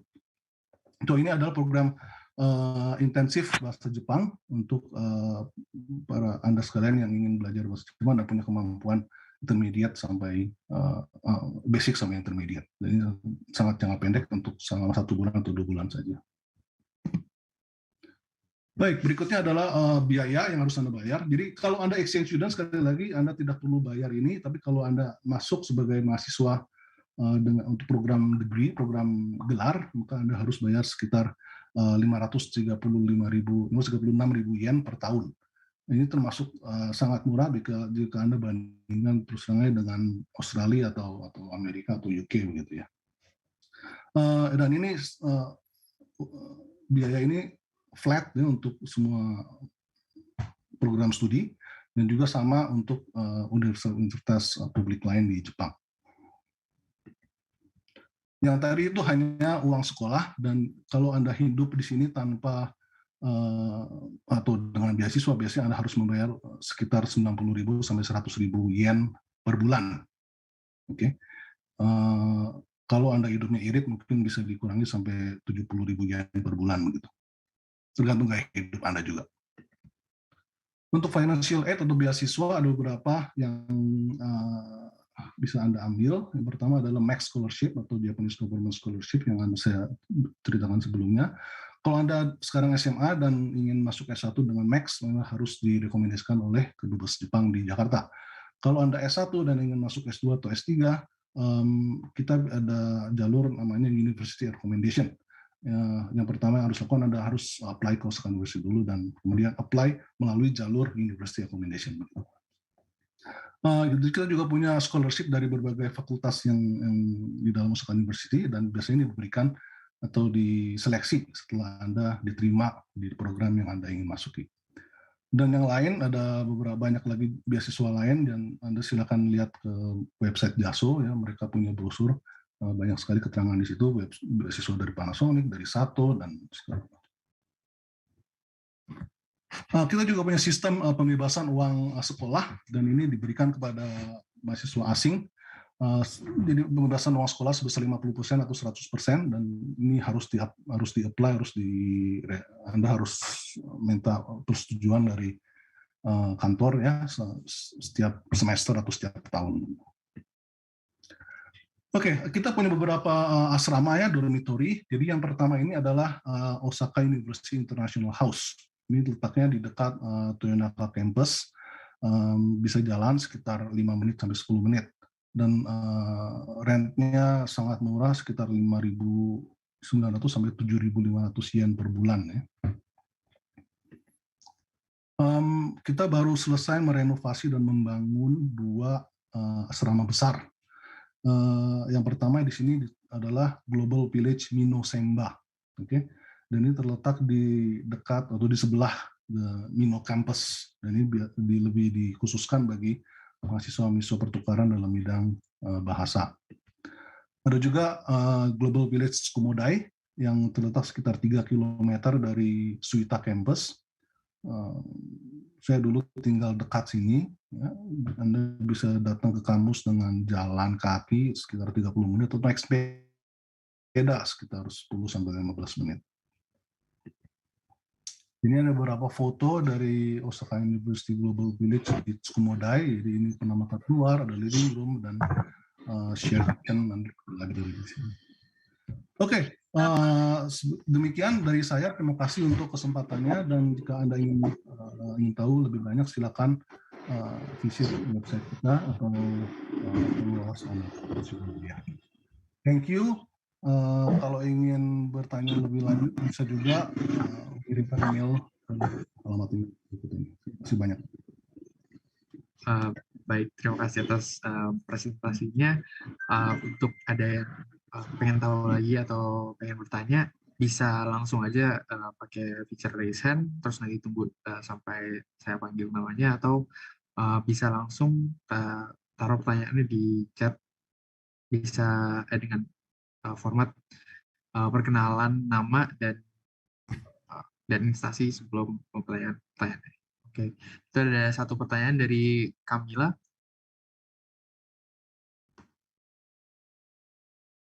Oh, bukan. Oh, maaf, saya salah baca. Dari Dadang Gultom. Halo, permisi, apakah suara saya terdengar? Terdengar. Terdengar. Oke, saya ingin menanya kepada Pak Clement. Jadi di Jepang itu kan Pak adalah salah satu negara dengan winter. Nah, karena Indonesia tidak, saya takut kalau saya ke sana, saya tidak siap untuk menghadapi winter pertama. Untuk Pak Clement, adakah saran-saran yang dapat saya lakukan to further prepare myself to face my first winter, Pak? Terima kasih, Pak. Sebenarnya menghadapi winter gampang, beli jaket. Jadi kalau saran saya ya ketika Anda datang kemari, biasanya saya datang ke sini tuh bulan Oktober, jadi Oktober itu udah dekat ke winter. Tapi saya untung waktu itu ada senpai juga, ada beberapa teman-teman dari Indonesia. PPI kita jalan ya, ada PPI Osaka Nara, banyak sekali mahasiswa kita yang tergabung di PPI. Jadi mereka pasti akan bantu Anda memberikan nasihat apa aja yang harus dibeli, apa aja yang disiapkan untuk menghadapi winter. Gitu. Sebenarnya nggak ada masalah. Dan Osaka bukan daerah yang terlalu dingin seperti Hokkaido. Saya pernah tinggal di Hokkaido 1,5 tahun itu. Kalau pagi-pagi kalau Anda tidak nyekop salju itu tidak bisa keluar gitu ya. Tapi Osaka walaupun ada winter tapi biasanya salju jarang turun. Jadi tidak usah khawatir dan tidak perlu beli sepatu khusus yang tidak selip atau bagaimana, sepatu biasa cukup. Yang penting jaket sama baju hangat aja gitu. Baik, terima kasih banyak Pak Clement. Sama-sama. Ada pertanyaan lagi? Oke, dari Roda Lasana. Pardon me, can we get a part-time job while we're there? Is there any recommended places to get it nearby the campus? Part-time job. Biasa tergantung jurusan Anda ya. Kalau Anda masuk S2 dan masuk ke science atau engineering, biasanya Anda tidak punya waktu buat part-time job. Anda harus penelitian buat skripsi, buat disertasi Anda gitu ya. Tapi kalau Anda mau, biasanya untuk anak-anak S2, S3 itu punya kesempatan buat jadi teaching assistant atau research assistant gitu ya.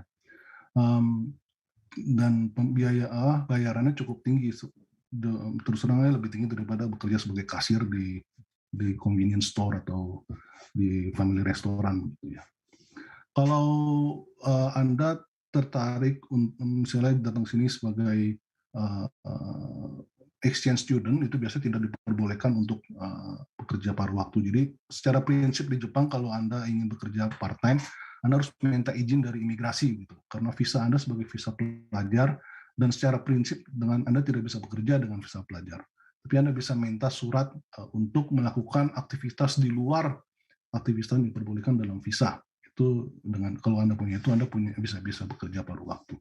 Dan di dekat kampus ada beberapa restoran, kalau Anda mau jalan sedikit di dekat kampus itu ada Osaka International Airport ya, di sana Anda bisa bekerja di kafe atau di restoran yang ada di sana. Baik, apa pertanyaannya sudah terjawab, Pak Datu?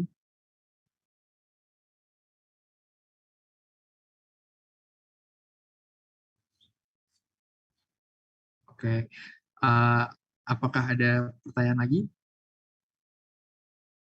Sebenarnya tadi ada yang bertanya tentang ini ya, Frontier Lab ya. Ini ada satu dari Adelia. Adelia Intan Sadira. Thank you so much for the great presentation. Baik, terima kasih. Kalau untuk Frontier Lab itu Anda harus direkomendasikan oleh Office International Exchange dari UGM. Jadi Anda harus direkomendasikan dari pihak UGM. Kita biasanya kalau dari rekomendasikan dari UGM kita terima. Baik, tertutup. Karena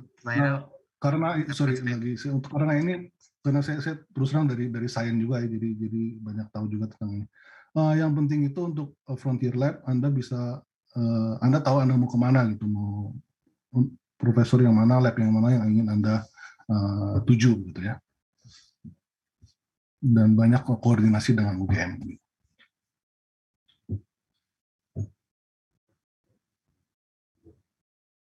Untuk interviewnya, Pak? Interview setahu saya tidak ada itu.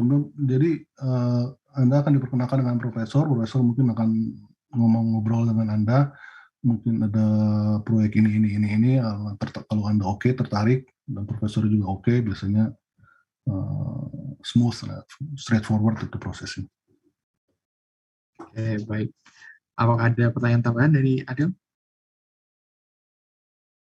Oke, sepertinya sudah. Ini ada pertanyaan lagi dari Kamila. Permisi Pak, saya izin tanya, sebagai mahasiswa rantau, pasti banyak challenge yang harus dihadapi. Apakah di Osaka ini ada organisasi atau komunitas seperti body club yang sangat membantu inter-student gitu ya di sana? Mungkin kayak partner mahasiswa lokal gitu yang membantu gitu. PPI. Persatuan Pelajar Indonesia. Jadi Anda kalau masuk PPI, mereka banyak kegiatan. Buat yang Muslim, mereka ada acara pengajian, terus mereka sering kumpul-kumpul ngadain bedah buku lah, ngadain study club segala macam. Untuk Osaka University sendiri kita punya body seperti Brother and Sister Association gitu ya, tapi ini sepertinya untuk science doang gitu. Untuk seluruh untuk seluruh Osaka gitu, seluruh Osaka University. Jadi mahasiswa asing dan mahasiswa Jepang yang ingin berinteraksi biasanya melalui wadah ini begitu. Terus kita juga punya berbagai student club ya. Jadi kalau Anda masuk ke salah satunya misalnya Anda punya hobi main catur atau punya hobi main musik, kita punya banyak sekali klub dan circle kita ngomongin di sini. Perkumpulan mahasiswa yang berdasarkan hobi-hobi itu. Ada hobi menembak juga, ada hobi memanah, segala macam. Baik, apa pertanyaannya sudah dijawab kamu? Oke. Apakah ada pertanyaan lagi?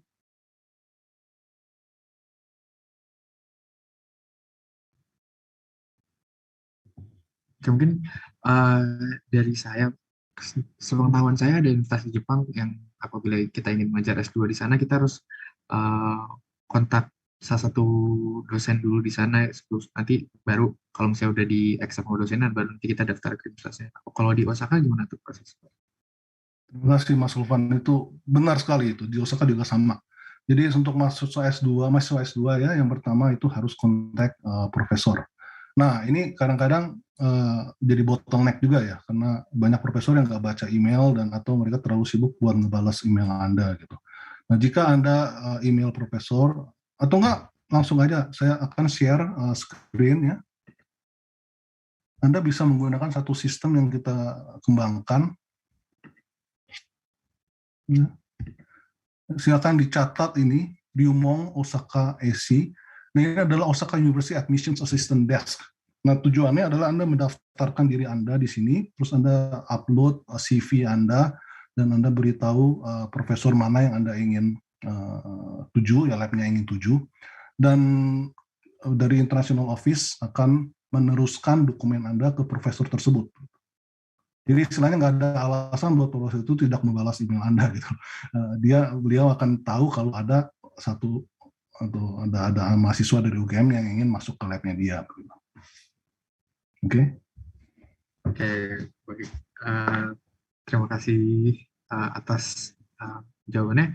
Mungkin karena waktu juga sudah menunjukkan 2:46 waktu Jakarta, bisa dilanjutkan dengan closing statement dari Bapak. Oke, jadi terima kasih untuk waktunya. Saya sangat senang bisa bergabung dengan pihak UGM. Seperti saya bilang, walaupun saya dari IPB, saya punya hubungan dekat dengan UGM, dan bagi Osaka University, UGM adalah partner yang sangat penting. Dan setiap tahun kita kedatangan profesor, student, exchange student dari UGM. Dan saya berharap bisa bertemu dengan Anda sekalian yang hadir pada hari ini secara fisik di Osaka cepatnya. Terima kasih. Terima kasih. Baik. Following the rundown, the next session will be held in the main room where we will watch two other partner universities play their video there. So I'd like to ask everyone here to please don't leave the meeting, but leave the breakout room and join back to the meeting. Thank you.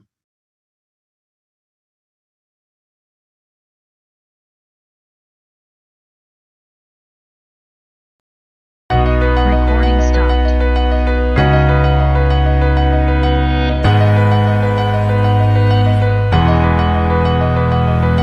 Overseas Education Expo or OEX is an annual virtual fair held by the Office of International Affairs Universitas Gadjah Mada.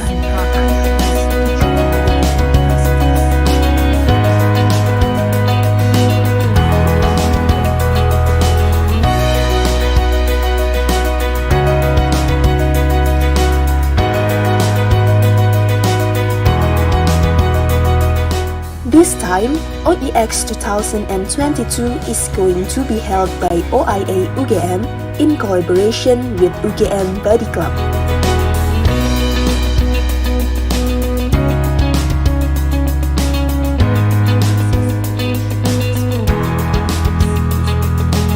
This exposition will invite numerous UGM international partner universities to share information about their respective academic programs, such as exchange programs, scholarship opportunities, and other means to join their universities.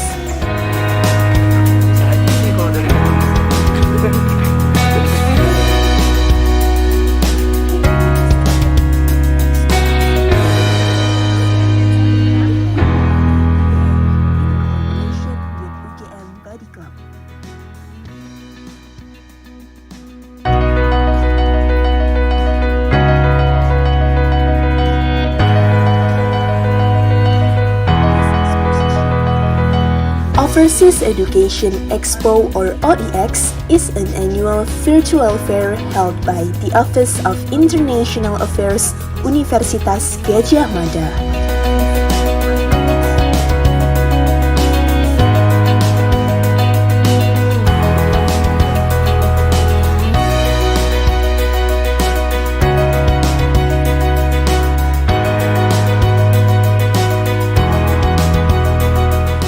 This time, OEX 2022 is going to be held by OIA UGM in collaboration with UGM Body Club.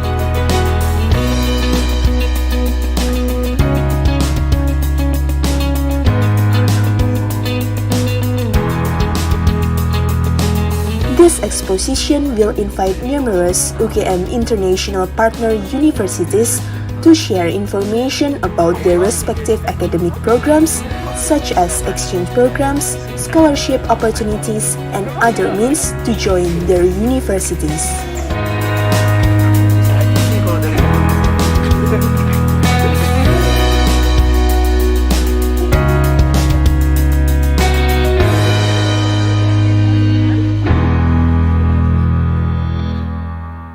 In the following presentation, I will briefly introduce the merits of international